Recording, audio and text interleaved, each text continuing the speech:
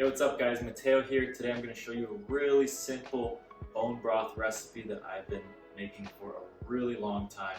You just need very few ingredients, and you don't need a pressure cooker, but I think it helps because there's a couple of good options you can use with it, and it's very easy and convenient. So again, why do I drink it? First of all, I'm an athlete. I've been teaching jiu-jitsu for a couple years, but also been training for 14 years now. So it's been a while, getting beat up little by little. I'm actually recovering from a knee surgery, so I've been drinking a lot of this stuff during my recovery process. And again, there's so many benefits that include health of repairing joints, gut health, skin health, because it's loaded with collagen and all these really good healing amino acids like lysine that help with the repair process of connective tissues. Lots of vitamins, minerals, got your even electrolytes, a lot of potassium, sodium. We're putting a lot of different ingredients to mix in with the broth so that you're getting a wide variety of nutrients that you can drink every night or a couple times during the day. So first off, you're gonna just have your mirepoix ingredients, as they call it. I think that's how you call it. So get your carrots, your celery, your onion. Okay, very simple. I don't measure anything out. I just get a handful of it and I just kind of cut it up a little bit.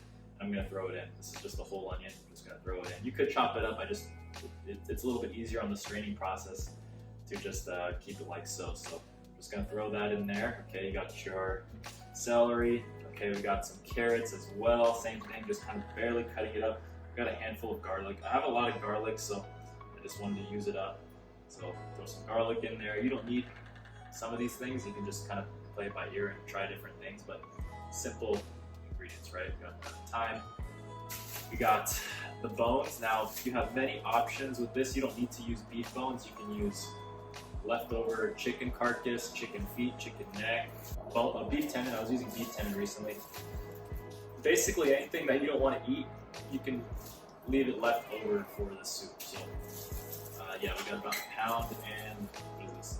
1.35 pounds of beef bones. So, just gonna throw all that in there as well.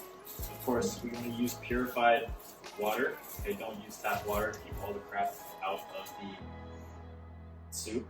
And we're gonna put a few tablespoons of apple cider vinegar. This helps extract a lot of the minerals from the bones and the collagen from the bones. So yeah, I mean, you can do the measurements. I just kind of pour it in there.